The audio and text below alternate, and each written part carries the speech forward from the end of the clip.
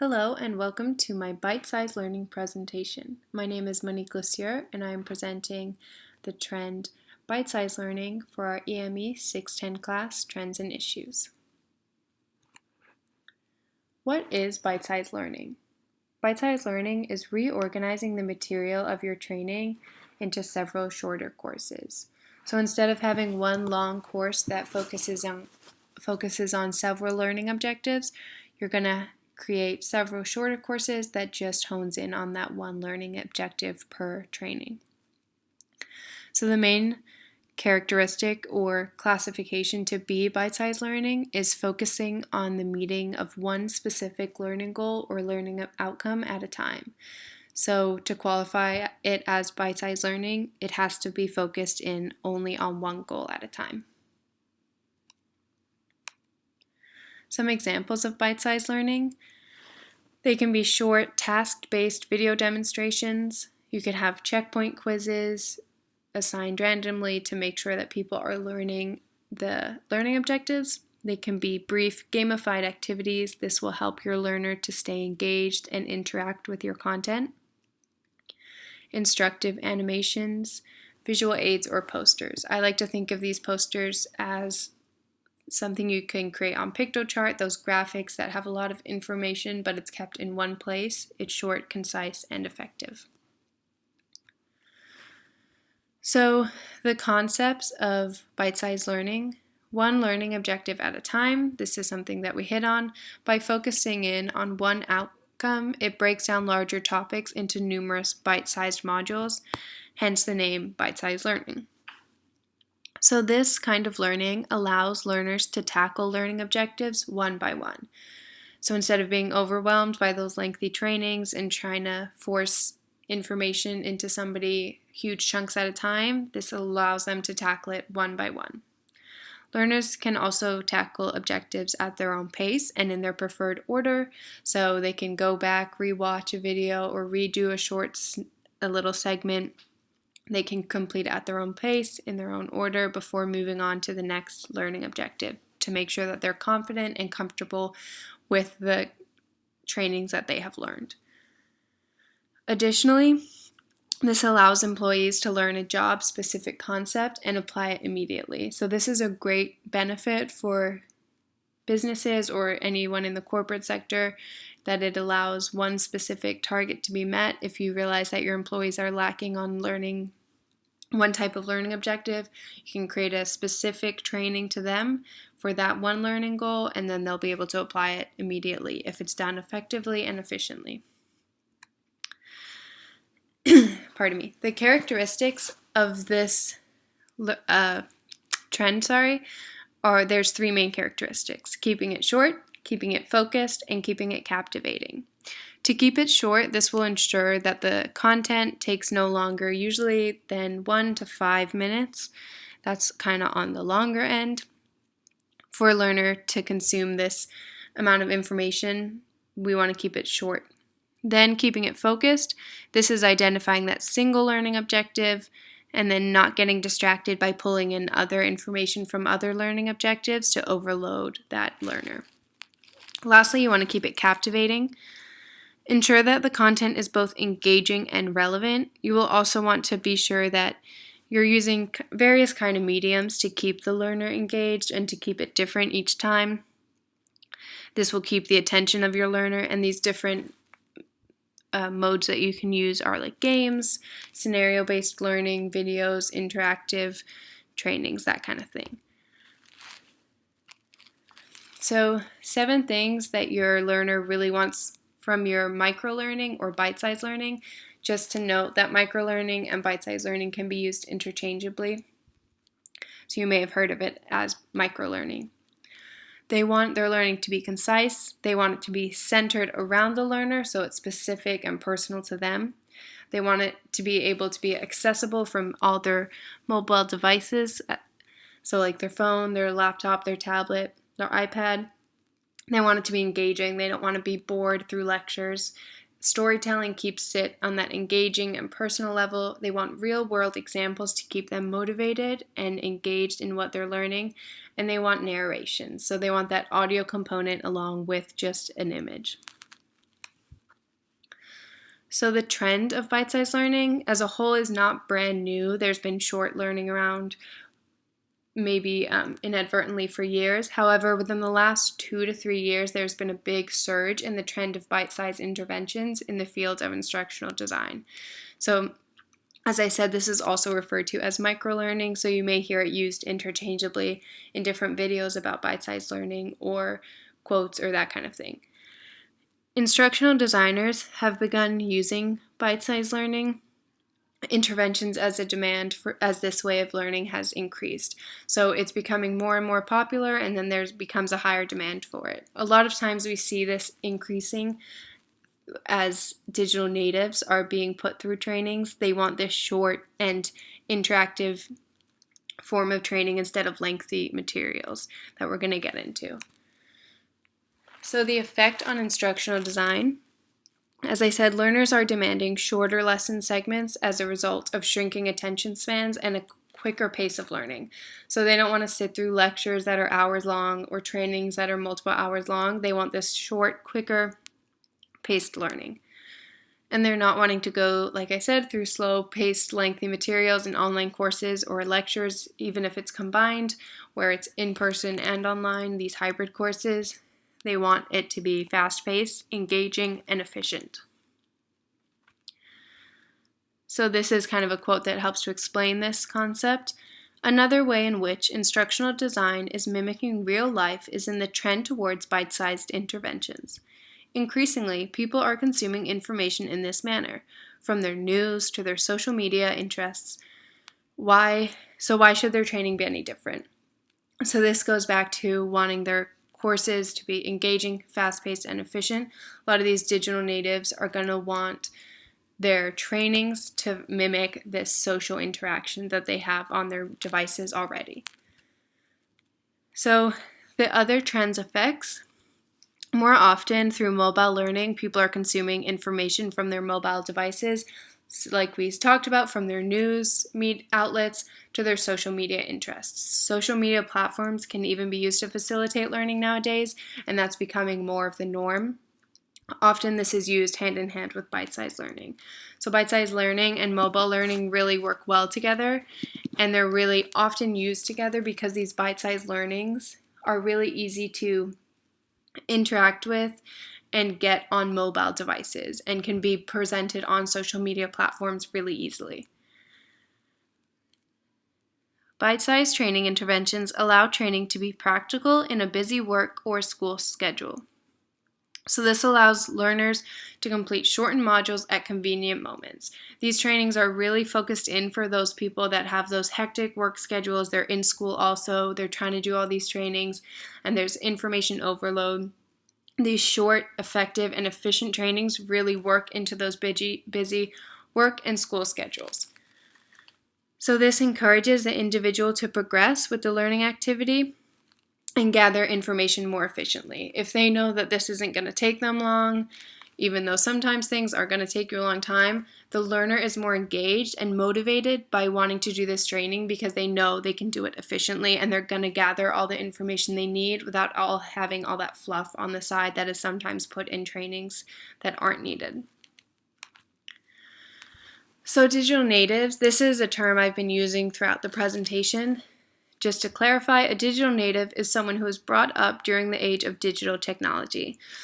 They use and are familiar with computers and the internet from an early age. So these are the younger generations we're now seeing come up through corporate trainings. They're the ones really wanting this type of learning and training to be used and facilitated with them. They want this quick, fast-paced learning that we've talked about throughout this entire presentation. So for my rebranding strategy, I came up with Chunk Smart. Chunk Smart, the name will indicate to learners that it's small, fast-paced sections of information that they need. You gather it in small chunks and sizes. To advertise Chunk Smart, I would focus on sharing the perks of using this method to learn. So a lot of these we've talked about. For Chunk Smart, it's fast, it's efficient, it's effective. These short trainings, these bite-sized modules, They're really fast, efficient, and effective. They're lower cost for the company and the learner. They don't have to put on big training seminars. They're quicker to produce, so they're cost effective for both parties.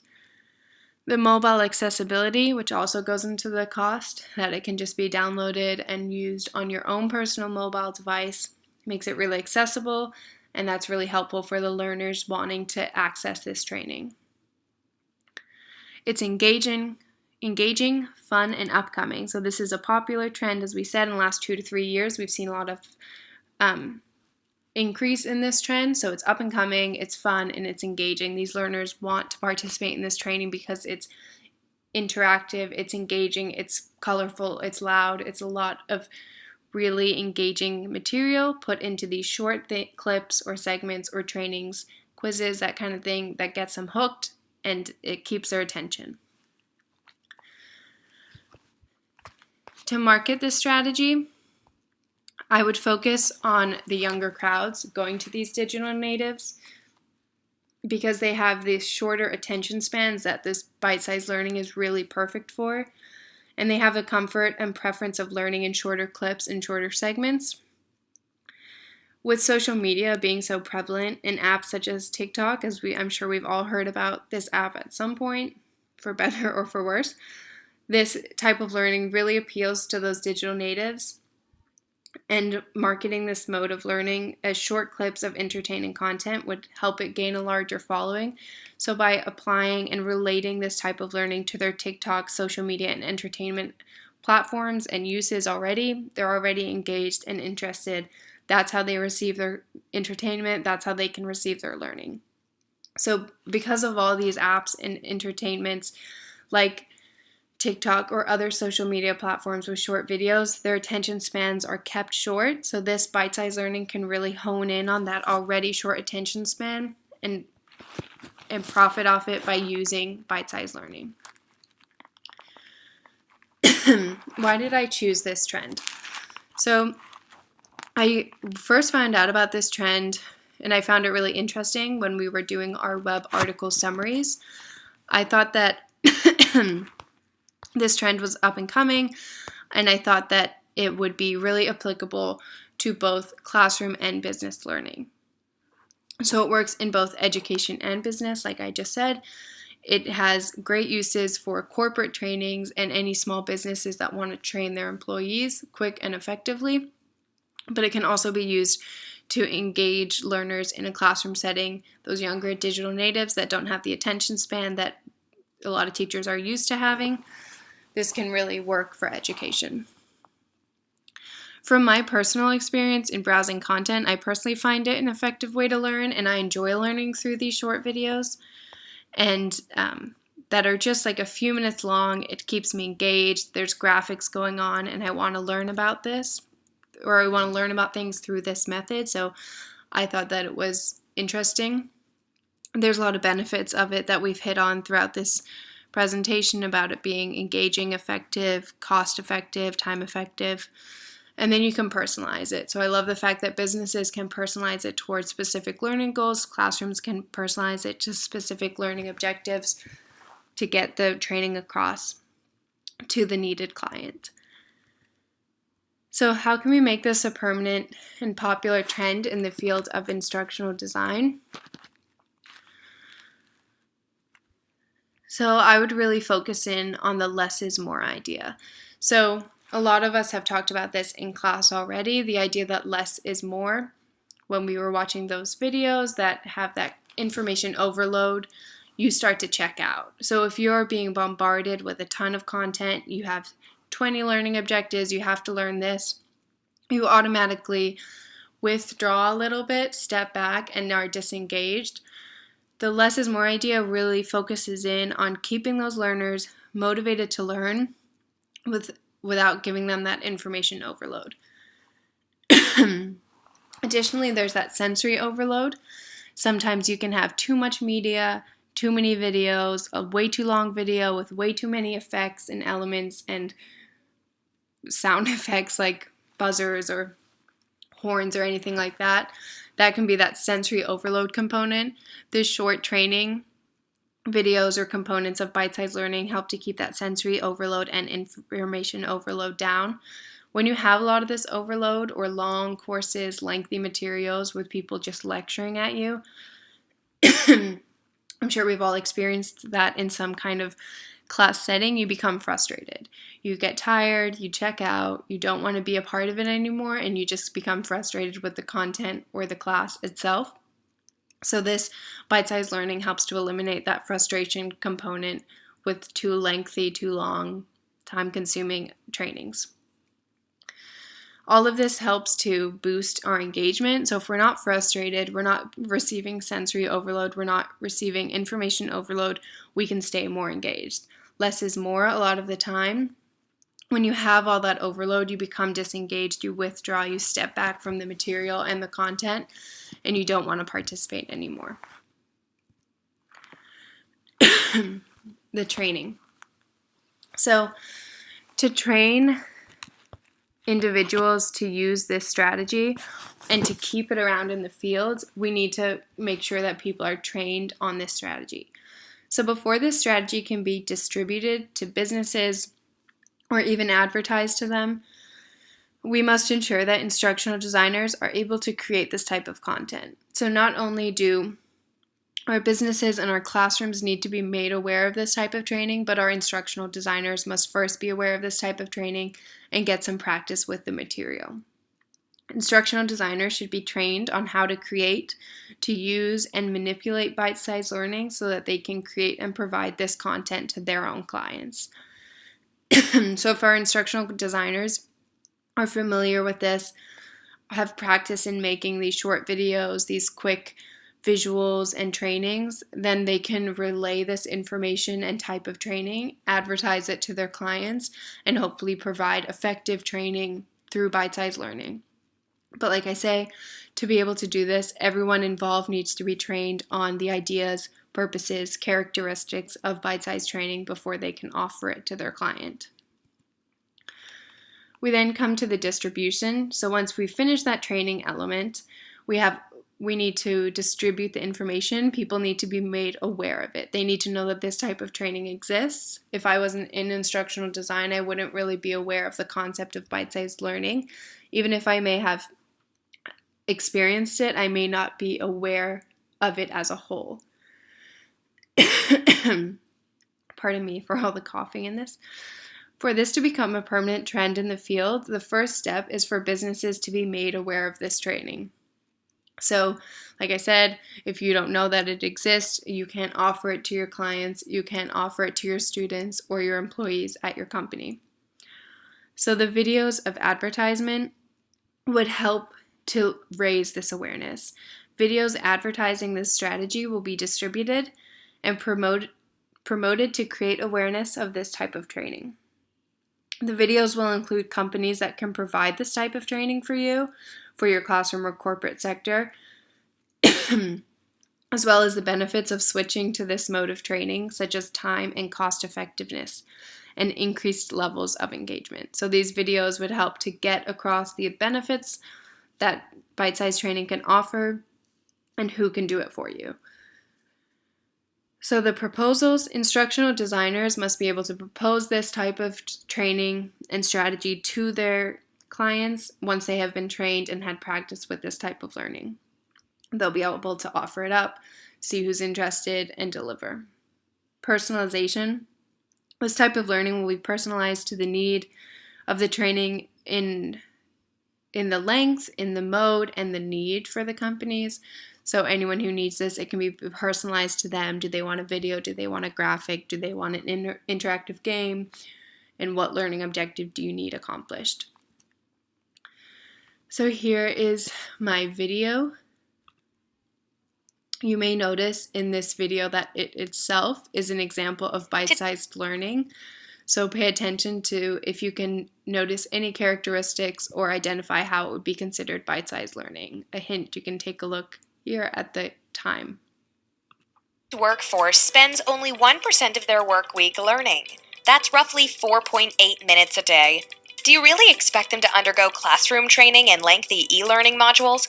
Introducing Digital Apple Micro Learning Solution. Focused and short 1 to 2 minute videos, infographics, and animated GIFs that offer bite-sized training in attractive, visually appealing formats available on the go. Brush up on your product knowledge minutes before you enter that crucial sales meeting, or simplify thousands of forever-changing policies and processes for your global employees and customers. Microlearning can be produced at a quarter of the cost, is twice as engaging, and takes 60% less time to produce compared to traditional learning methods. In today's disruptive environment, learning needs to be agile and experiential. Microlearning fits this bill and delivers focused learning just in time and on the go. What's more, we can even build in some short assessments, learning paths, and gamification to make it even more exciting and engaging. To start your micro-learning journey, get in touch now.